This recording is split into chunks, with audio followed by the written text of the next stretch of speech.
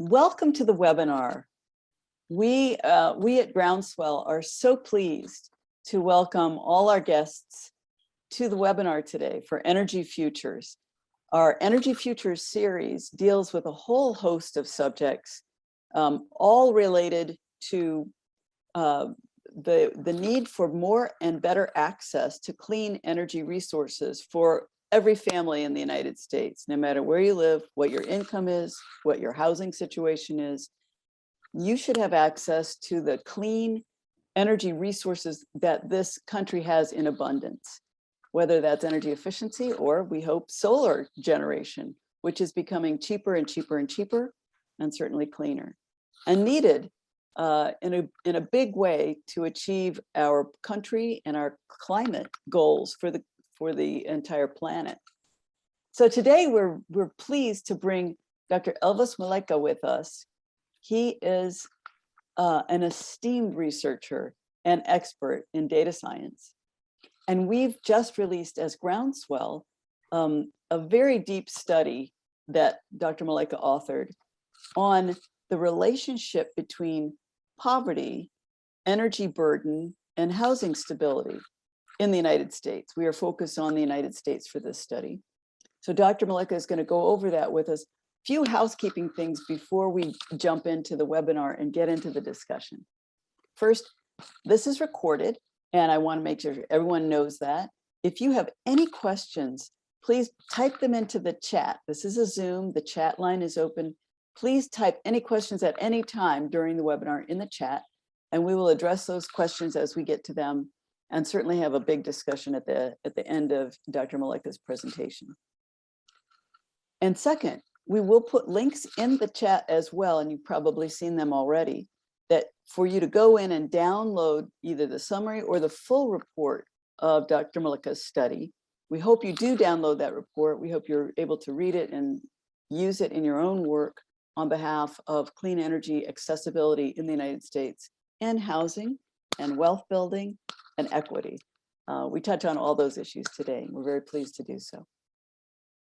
So let me introduce you formally to Elvis Moleka.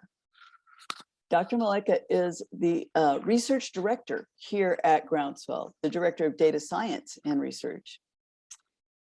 He is passionate in his pursuit of database solutions to a lot of longstanding issues and research that we are uncovering as Groundswell and in the energy community and community solar community, in terms of who has access to energy, what are the costs, what are the benefits, and so forth. He has more than 15 years of progressive experience in finance, risk management, data, and quantitative analytics.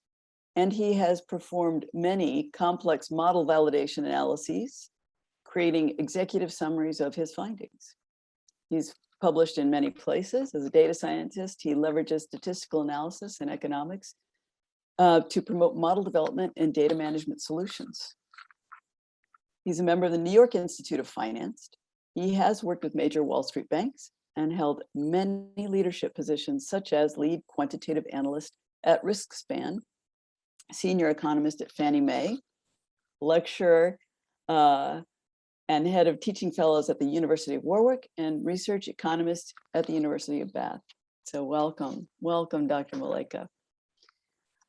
So we're going to let Dr. Moleka take it away and go over the results of his study, which we've got, of course, in a summarized form in a PowerPoint, when we'll show those. Interrupting him again, please enter any questions you have in the chat. Dr. Moleka will answer your questions. And we'll have a thorough discussion of these issues. Please, Dr. Moleka. Thank you so much, Chris, for that wonderful introduction, and welcome everyone. The goal of this presentation is just to share some of our novel research findings here at Groundswell, and to really pinpoint the importance of clean energy accessibility, especially for low and moderate income household. So without further much ado, I would please just have the slides, and I will talk us through some of the objective of the research, what gave rise to the research, as well as some of the results, the findings that are very useful, especially to our current work. So can I have the next slide, please? Okay, so as a theme of the research, this presentation, so we're looking at the poor still pay more. That is, in essence, to really capture the importance of the research findings, but more importantly, to provide solutions in efficiency and clean energy, and to look at energy impoverishment and energy insecurity in the United States. Can I please have the next slide? I guess Chris did highlight my background, but I will kindly and humbly skip this part so that we can focus on the motivation. So let's start with the motivation. Like any empirical research, it always starts from a problem. And the main motivation is that looking at the trend the past 10 years in the United States, we realize that there's a lot of energy abundance in the United States, which is partly propagated by energy efficiency programs as well as weatherization policies. But we also see that low and moderate income households, which I will call LMI, continue to pay high for energy bills. And in addition to that, their environmental and socioeconomic conditions have continued to erode. So the main motivation or the objective of this research is to discuss how and why energy burdens landscape in the United States are uneven, as hope to reduce energy burdens in the United States.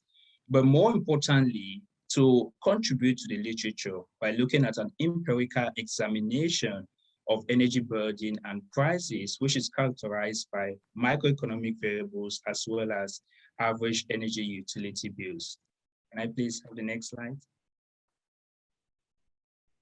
So at this point, I did like to talk us through some of the key takeaways as we go through this presentation. So we found that from this research that utility bills, housing stock, as well as poverty rate present a great threat to affordability in residential housing in the United States. And the results, like other studies, show regional imbalance in terms of energy burdens, which are greatest in the South, East, and Northeast regions of the country. We're going to look at some heat maps that really demonstrate that. But most importantly, I was really, I would say, I caught up to this finding that almost 2/3 of LMI households in the United States are energy impoverished. So we had 33 states that had energy burden rates above double digits. So that was a very key finding of some of the research work we did. And we also saw that utilities still charge more for the poor household, especially given the fact that the two elements that we saw there. So we're looking at different charges and upfront costs for LMI households as compared to the more affluent household or consumers. And we also realized in the paper that efficiency is a winner by improving energy use, especially with solar accessibility. Why on the other side, the housing stock has been a very serious impediment to energy efficiency in the United States, and that is some of the conclusion that we arrive at the paper. So in the next few slides, we're going to dive deep into how we arrive at these conclusions. So please, the next slide.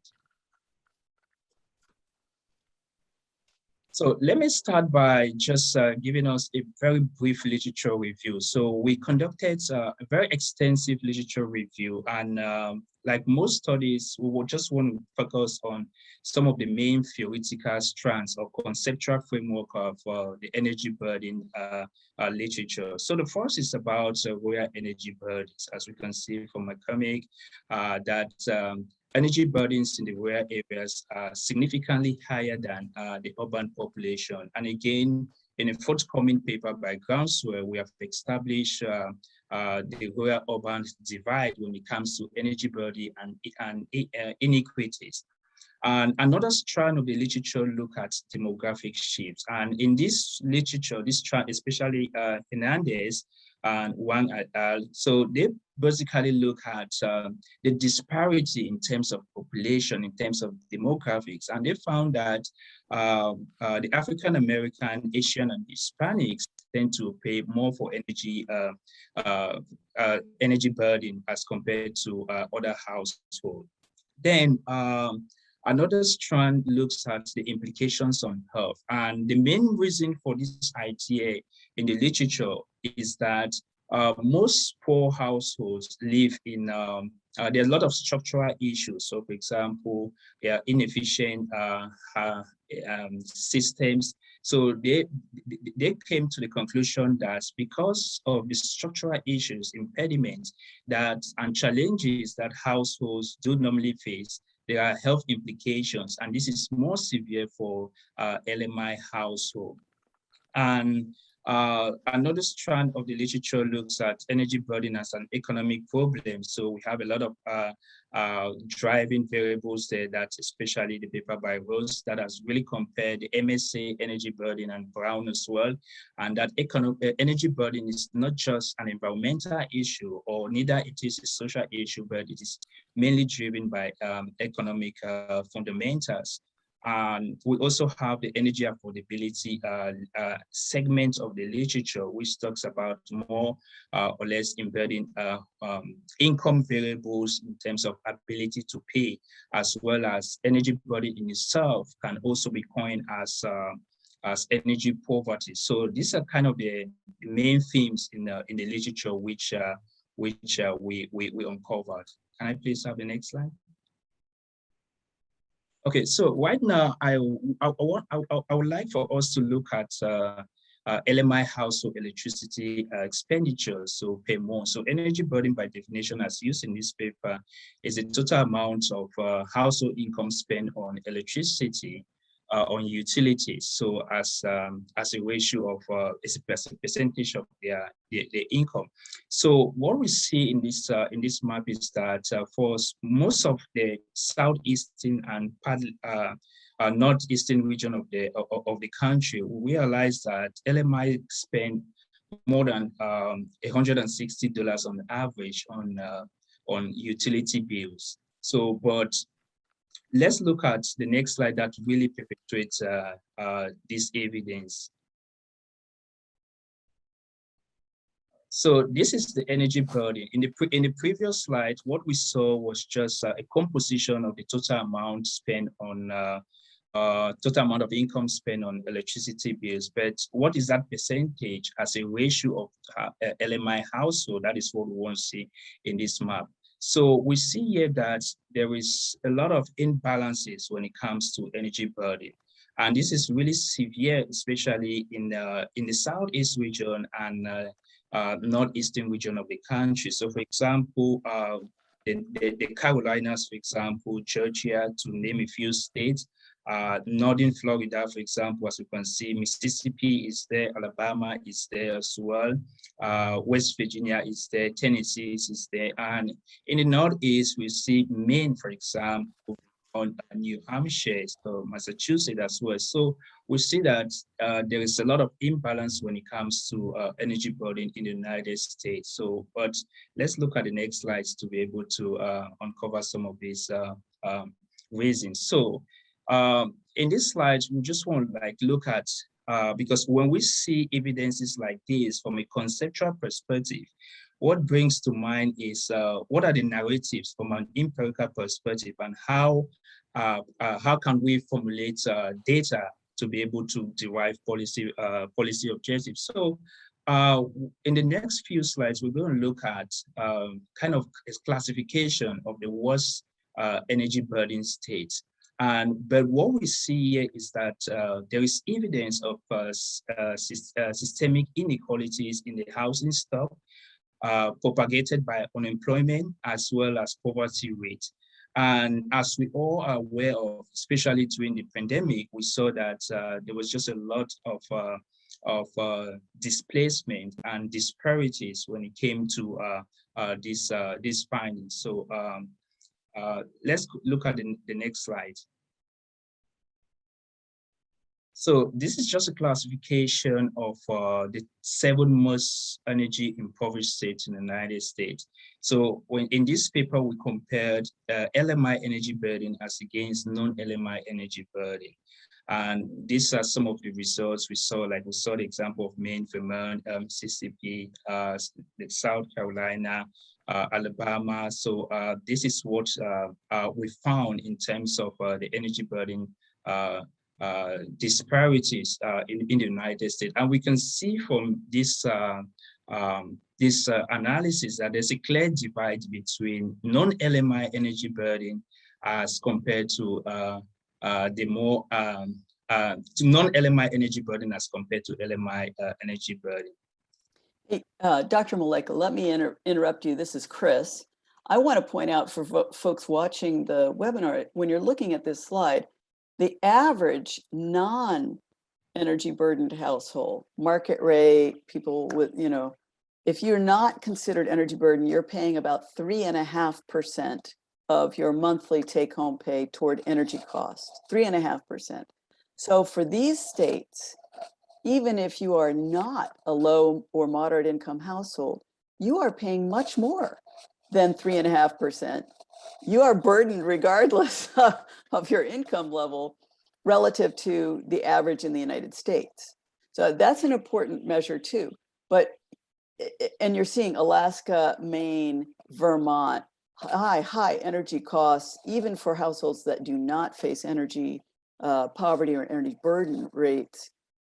When you're talking about average costs, for instance, for District of Columbia or Maryland or New York or California, non-LMI energy costs should be about 3.5% of a monthly income. So relative to that, that's what we want to hold in perspective as you deliver these results. Thank you. And I'm sorry to interrupt you. Please continue. Oh, no, thanks for that highlight. Let's have the next slide, please. This is the, so we had a classification framework where we came out with 3 different categorizations. So energy impoverished states, energy stressed states, as well as energy burden states based on the different percentages. And so this is results, especially Chris just highlighted the District of Columbia, where for LMI household, it's approximately 7.1%, and non-LMI household are just about 2% range. But we see a lot of variation for each state in as to their energy burdens.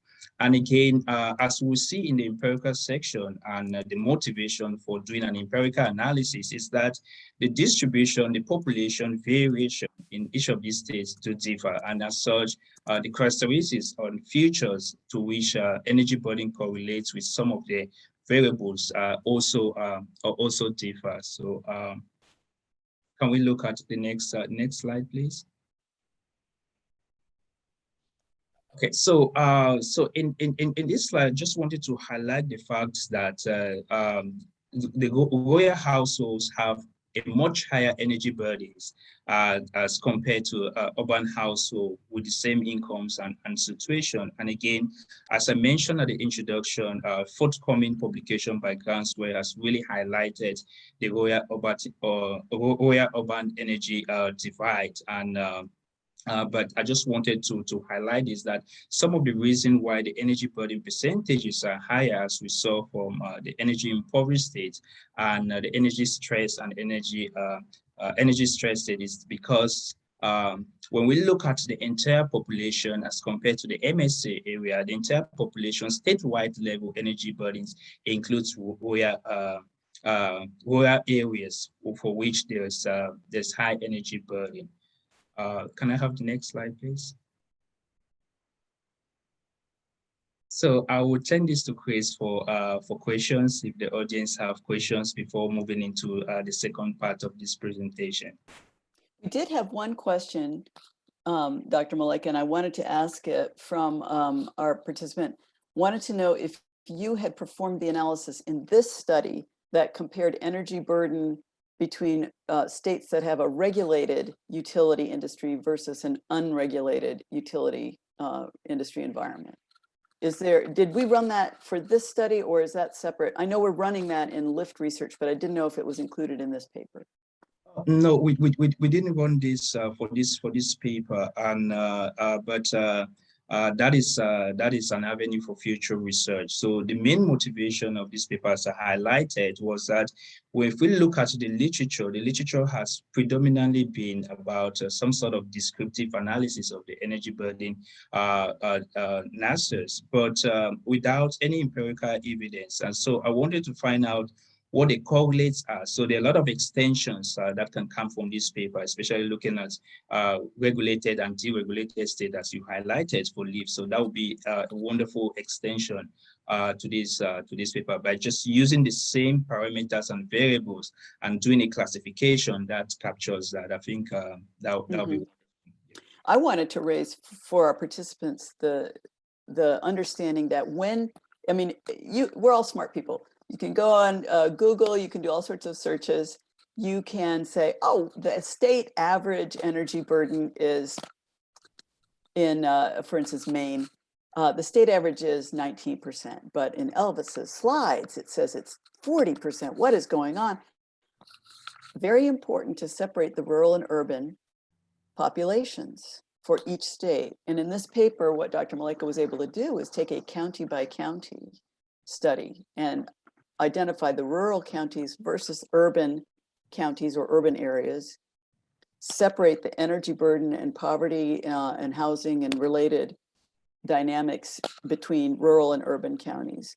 And when you tease that out, that's when you see, oh my goodness, rural populations in general pay much more for energy, and rural low and moderate income households pay even more for energy than the exact same household with the same income, same number of people living in the house in an urban area.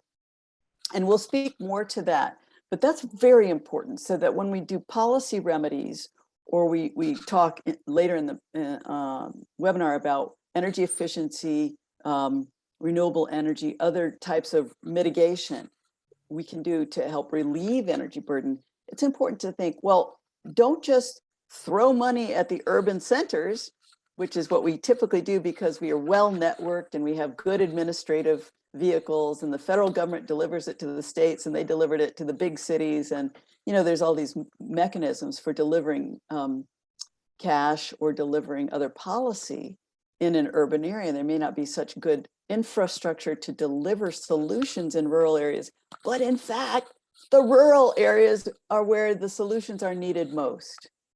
So I wanted to bring that front and center for our participants today so that we can get into a robust discussion on that as people want to. But please continue, because we have lots more to uncover.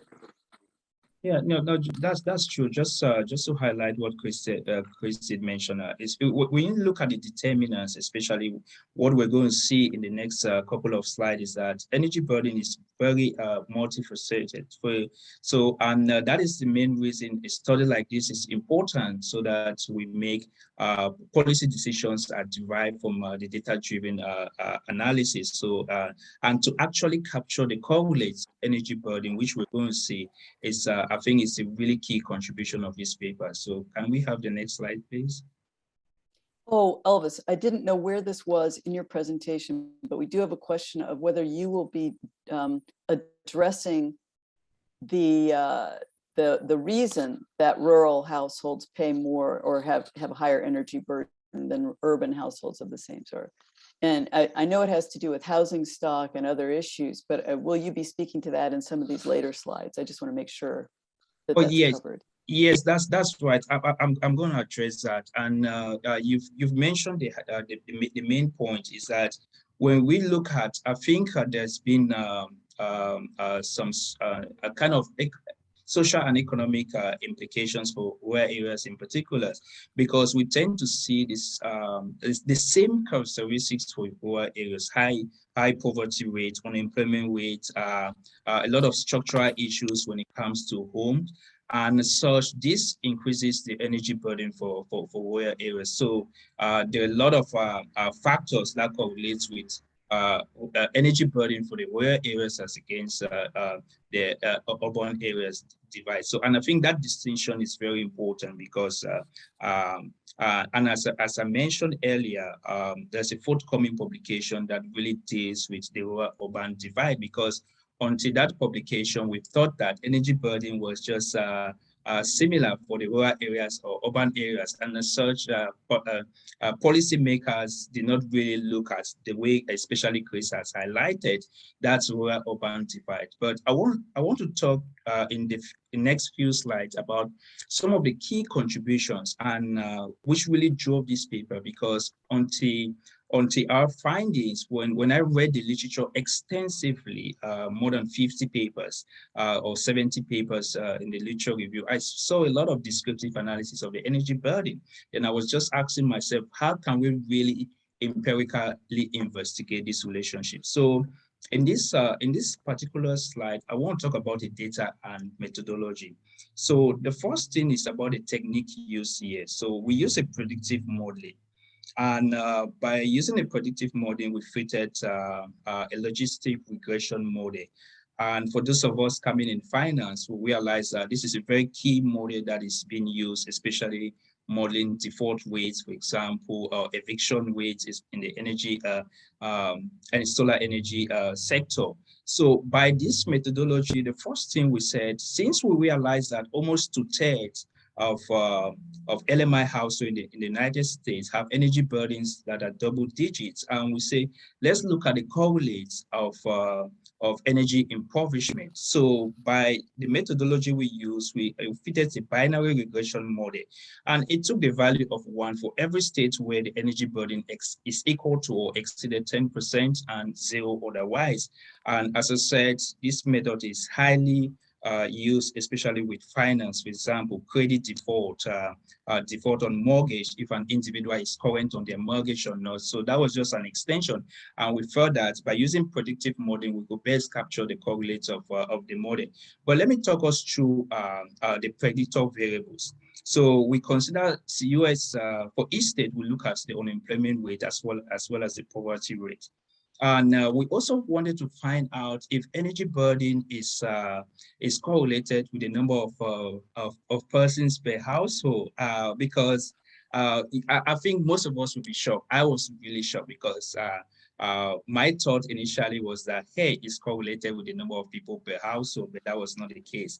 We also look at median household income, which is very important, as well as average utility bill. Now, the key aspect about the method we use was to embed, because previous studies have not found any correlation between utility rate and energy burden. But we knew that this is captured in the average utility bill. So it's a composite function. And we also look at some housing indicators. There were 2 housing indicators we consider.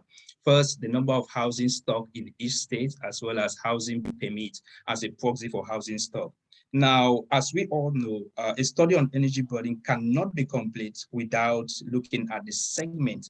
What was the variation in terms of demographic population? So there are 2 controls that we use. So we use demographic factors, and which is looking specifically at the percentage of African Americans, Asian Americans, as well as Hispanics. But we also look at statewide population variation. So what we see on the graph here, the first thing was since the model we use is composed of housing indicators, some controls, as well as very key correlates of energy burden. So first of all, we want to look at the correlation, because with most statistical studies like this, you want to see if the variables are correlated, and we didn't find any evidence of multi-collinearity, especially with the variables. So let's look at the next slide, please.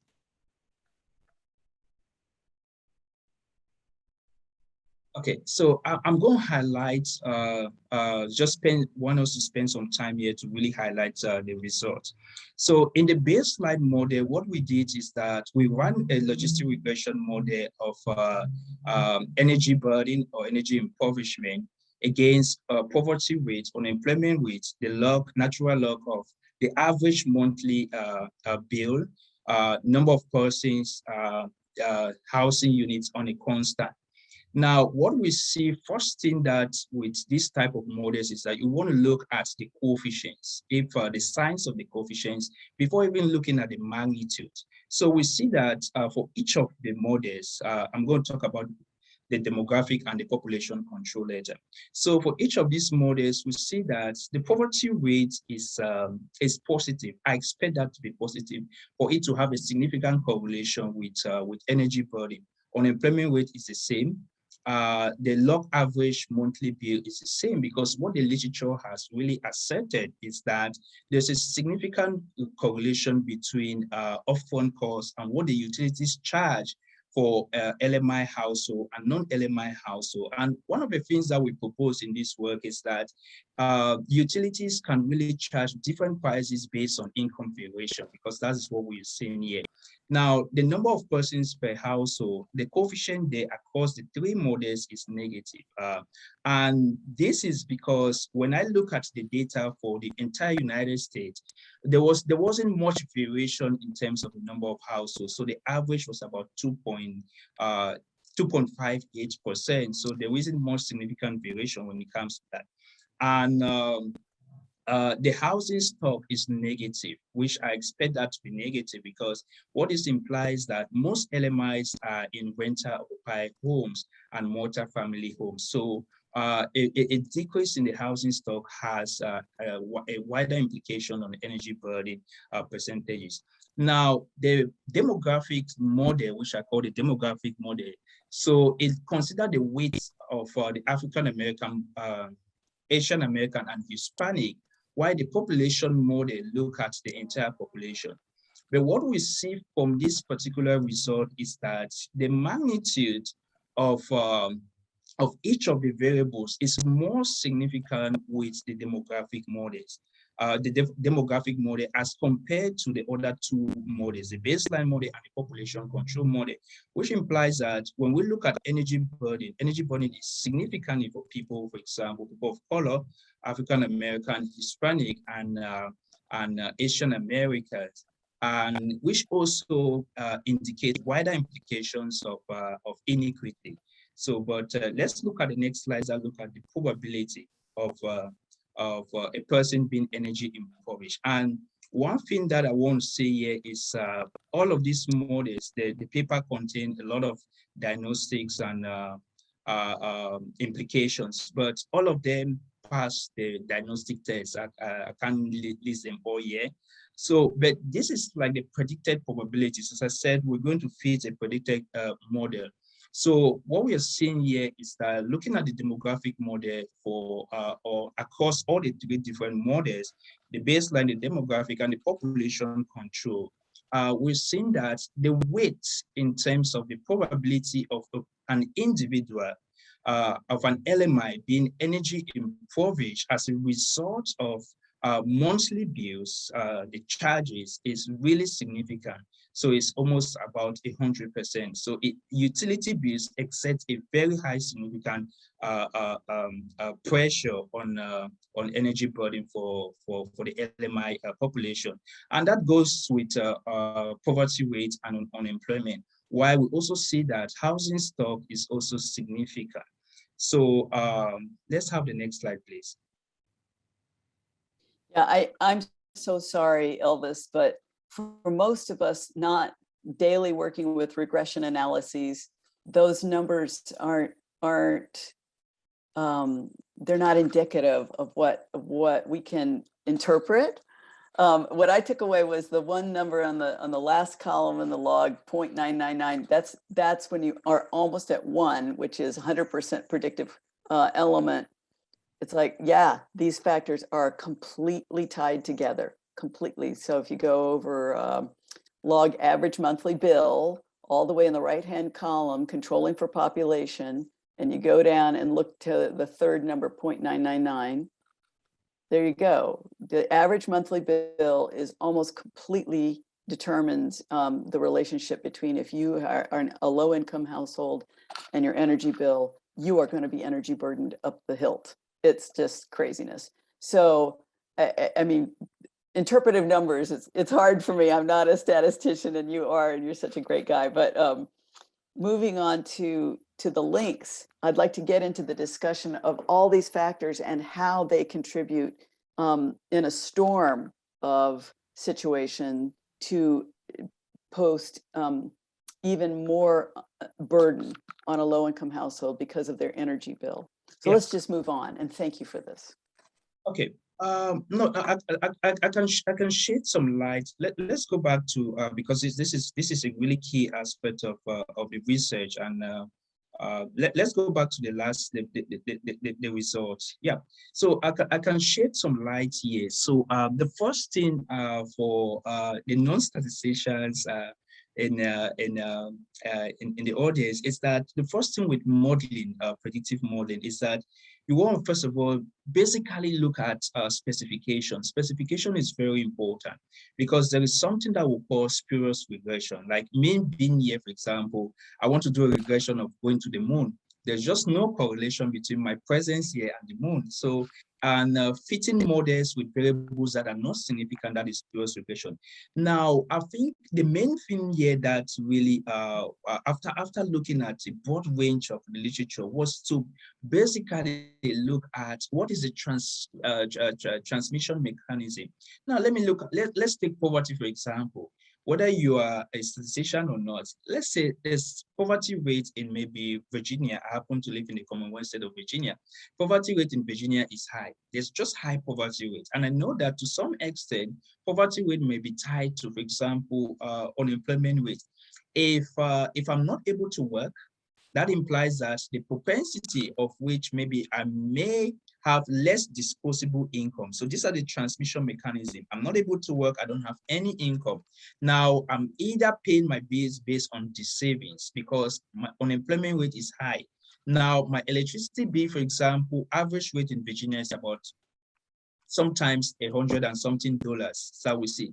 Now, out of that disposable income, because of high poverty rates based on the census tract I'm living, I see that that is a really huge aspect of my income, because how am I going to spend $120, for example, to pay only on gas? I've not added all the gas and electricity, whereas the income that I can generate while being unemployed is just about maybe $400. And I'm paying $120 out of that $400 that I'm able to derive from a part-time job while still being like kind of on a transitory income. While still being. So this is a way I want us to look at the energy burden landscape. Whereas for average utility bill, for average monthly bill, that is a significant direct correlation. And I thank you, Chris, for bringing the idea of, especially for the lift extension, to look at deregulated and regulated states, because that would be very crucial for policy implementation and how these utilities can charge. Let's move on to the next slide, because I know you touch on all these things and we've got a few slides to go, and I know the audience is sending questions in. So let's move off the probability slide and continue so that we can get, because I also want to throw some just generic examples out of rural versus urban rent, mortgage, income, groceries, and how energy is part of this, and how energy solutions need to be applied for our struggling neighbors. But let's move on in terms of the slides. Let's move to the next slide, please. And I think we touched on this. So extreme temperature. We're going to look at some of these things. So, but let's move to the next one, please. Next slide, please. We did mention low housing stock and why that coefficient was negative. And as we see, not just for the southeastern and northeastern part of the country, but we see that the United States as a whole, there's just a lack of housing stock. When we look at, like, for example, the years that the homes were built, you look at the legend there. So especially for the southeastern and northeastern region, we see that most of these homes have a lot of structural issues. And it's not surprising why, for the high energy burden state, we see a lot of high energy burden because of structural issues, because the homes need structural improvement, and we're working towards that, a model that will definitely improve efficiency in LMI homes. So let me have the next slide, please. Okay, so I think I've mentioned this about despite lack of default rate, and this was the main motivation, as I mentioned, because I really wanted to find out why. Because the literature had asserted that there's no clear correlation between utility rates and energy burden, whereas that is not true. What we found is that there is a significant correlation between upfront costs and energy burden. So next slide, please. So at this point, I would like to shade an attempt to provide some solutions to the issues. Let's have the next slide, please. So the first thing that I want to see here, and as we'll see in the next slide, is that efficiency is a winner in terms of efficiency upgrades with efficiency upgrades such as solar and wind generation efficiency nationwide. But let's look at the heat maps. Maybe that's a visual presentation as to what would be the implications of such programs. So this is kind of an estimate of LMI potential electric bill savings. And so we see that even for the high energy burden states, we're looking at, I just want us to focus on the southeastern region. We've seen that we can see an LMI home can save up to between $800 per year, which is kind of huge. But let's look at the next slide, which is more captivating. So this is the energy efficiency bills program. So for example, so we see that with the adoption of energy efficiency, I think this is a good solution to elevate the energy burdens in the high energy burden states. And the main reason Groundswell is working on another research that looks at climate change by looking at cooling degree days and heating degree days. So, and what we see is that if there is that correlation between, we think there's a correlation between climate change and energy impoverishment, but we're seeing that this energy efficiency we have is greatest impact on the high energy burden state. Next slide, please. So I know there are a lot of questions and suggestions, but Chris will champion that part. But let me just talk us through some of the conclusions.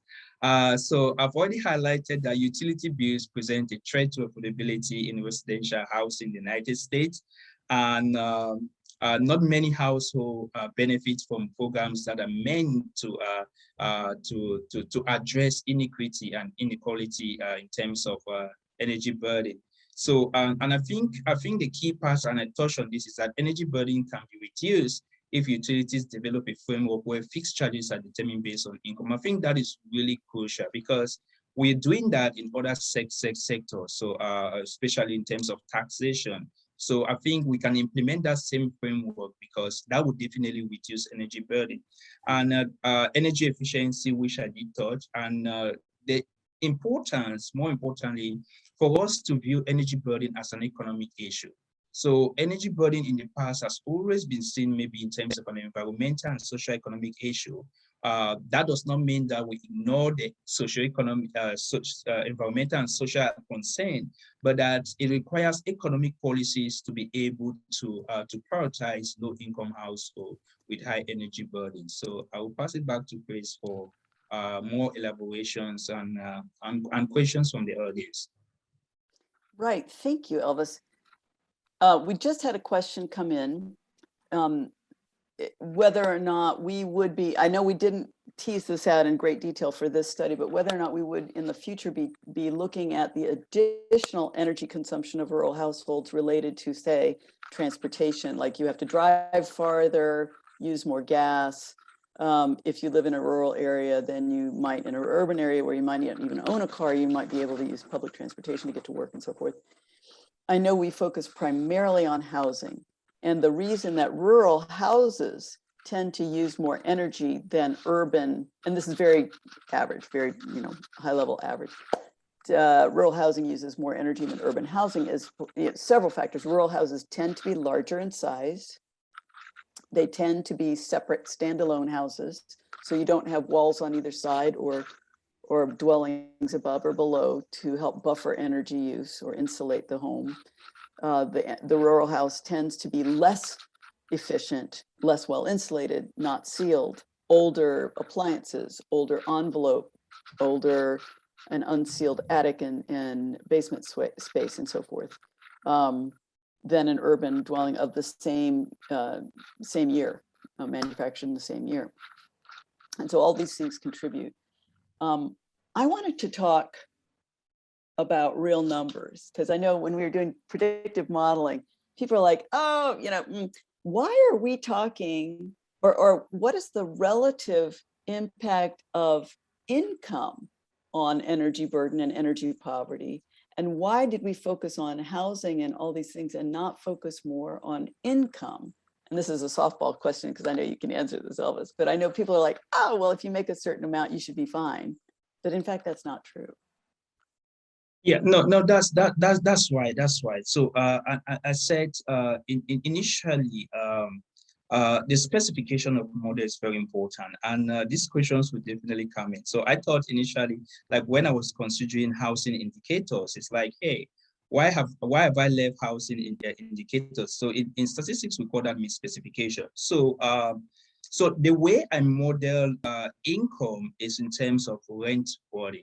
So I did other specifications and robustness analysis and of this paper. So I look at income as a measure of rent burden if that is correlated with energy burden. So that is an extension of the paper. So now one thing to answer the question in a very non-statistical language, Chris, and to the audience is that for us to be, I think one thing that I did here was just to pay very critical analysis on the variables that enter the model and to look at, so we will see that for in the paper. So income will have a direct impact on rent burden than energy burden is. I don't know if that is a clear explanation or. Well, I wanted to talk about some real numbers here, because a lot of what we've been going through in COVID and in various economic recessions and depressions is people need a certain amount of you need a certain amount of money monthly, annually, in order to support your own life and your family. And there's a lot of debate about minimum wage. So let's talk about wages. The federal minimum wage, required minimum wage set by the Fair Labor Standards Act, federal government, was last raised in 2009, 12 years ago. The same $7.25 an hour. That is the federally required minimum wage. That level hit was established over time, stopped in 2009.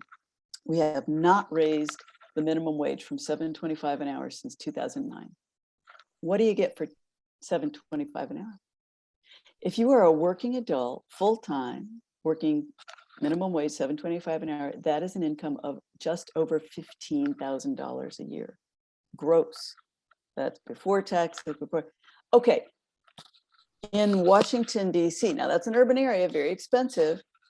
We have something called the livable wage. Livable wage is a calculation done by MIT that says, what do you really need to live to cover all your expenses, to cover food, your transportation, have a decent house, not make a lot of wealth, not build wealth, not have big savings, but what do you need to live above the poverty level? In Washington, D.C., the livable wage is calculated at $26.37 an hour for a single adult,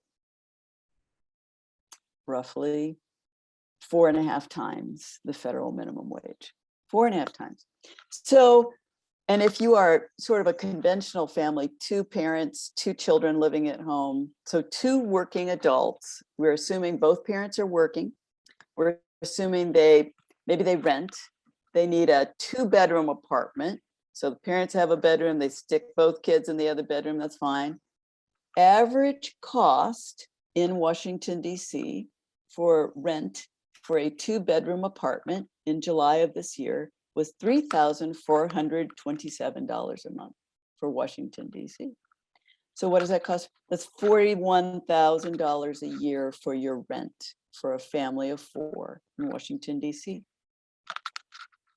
So the livable wage for a family, 2 adult, 2 children family in DC, if both parents work, you have got to make a minimum of $110,000 a year in Washington, DC to live above the poverty level, to be able to pay your rent.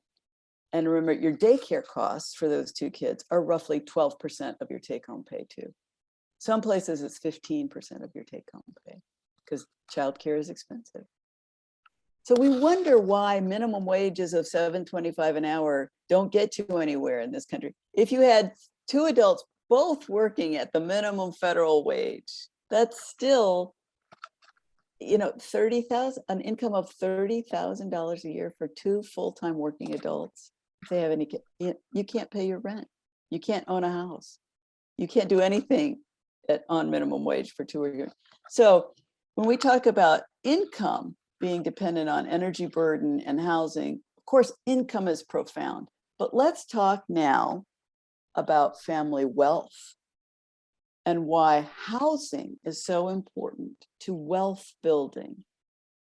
So Elvis, I know you touched on this, or Dr. Moleka, you touched on this in your paper. Why did you focus on housing and housing affordability in terms of energy poverty for this paper? I think thanks so much, Chris, and I appreciate the extension. And so I think you touched on this, and it's very important. So a study of energy burden without housing cannot be complete, because what we've seen is that first is that most LMIs tend to live in renter occupied properties as well as multi-family homes. And you really elaborated on this when you gave the example. I was like, I didn't know that is how rents have gone up in DC, because the last time I checked was about 2.5. Right. So, and as such, this represents a huge burden, because the aspect of affordability cannot be undermined here, because LMI households tend to have limited income relatively to more affluent homes. So, and as such, they tend to live in renter-occupied homes. Now, when we see across the country that the housing stock, that is the number of homes built any particular year, is low. I was just listening to the news yesterday, and it said in DC, for example, it's about 32,000, and that was still low. So when the housing stock is relatively low, it exerts a huge burden on the LMI population, because they cannot get single family homes, for example, because of what income dependency. And another thing that Chris did mention was the aspect of inflation. Like, this is what we've seen right now. So if I were to include inflation on this model, it will be correlated with energy burden. But that's the main reason I look at unemployment rate and poverty. These are really key macroeconomic variables, and that is why statewide or policy-wide, the government is so concerned with unemployment rate statistically. So I think there's a really I think policymakers need to pay attention to affordability, especially when it comes to low-income household. I don't know if I answered the question well, Chris. No, it's great. We're getting close to our time. So I just want to sum up for our webinar participants here. Thank you all so much for being with us. Final points on this report. Energy burden is, you cannot decouple energy prices from housing affordability. You cannot decouple energy burden from overall livable wage and livable situations for families in this country.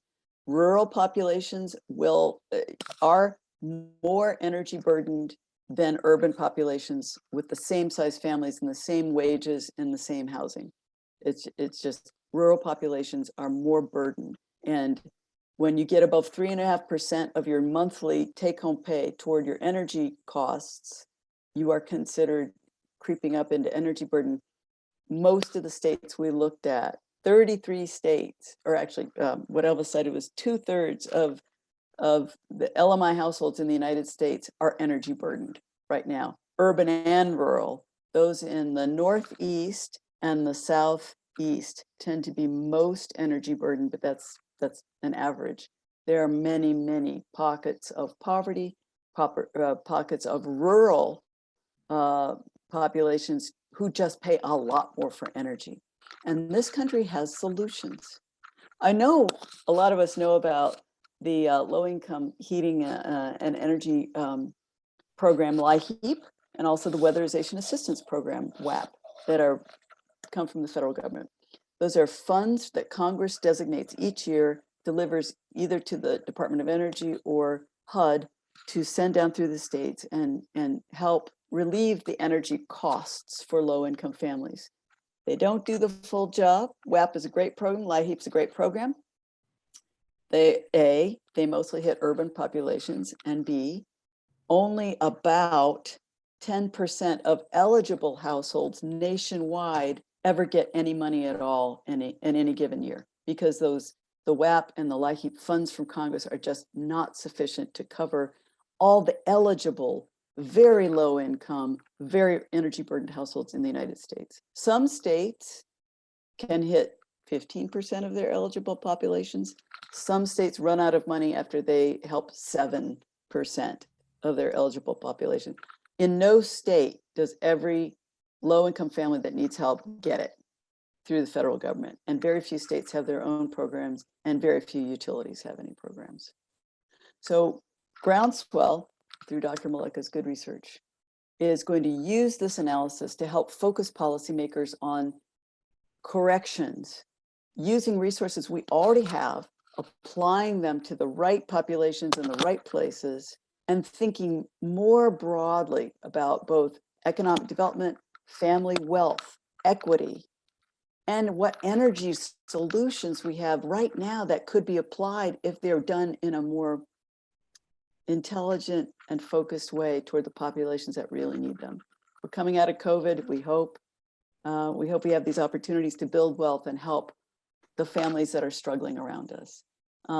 Thank you again, Dr. Moleka, for this great study. It is just a start. If you look in your chat, we've posted again the links to the full report and to the summary of the report. We hope everyone on the call is able to download and study these reports. We look forward to more conversation from the community, from the energy industry, from our utility friends, and certainly from our energy policy advocates toward how to bring better energy solutions from efficiency and clean energy like solar and wind to help our energy burdened family neighbors. Thank you so much for joining us today. Elvis, do you want to give a sign off and a final word? I think you did. Thanks so much. I just want to thank the participants. And again, this is just a start, but I think this research is really crucial to uncover. There are so many things down the pipeline. So please stay tuned. Groundswell research, and there's just a lot that is coming up our way. So once again, thank you so much. And this will not be my last time presenting. I hope to be back soon for another research. So thank you. Thank you. Thank you, everyone out there. And the slides and the recorded webinar will be available after the webinar closes to all the participants. Thanks again.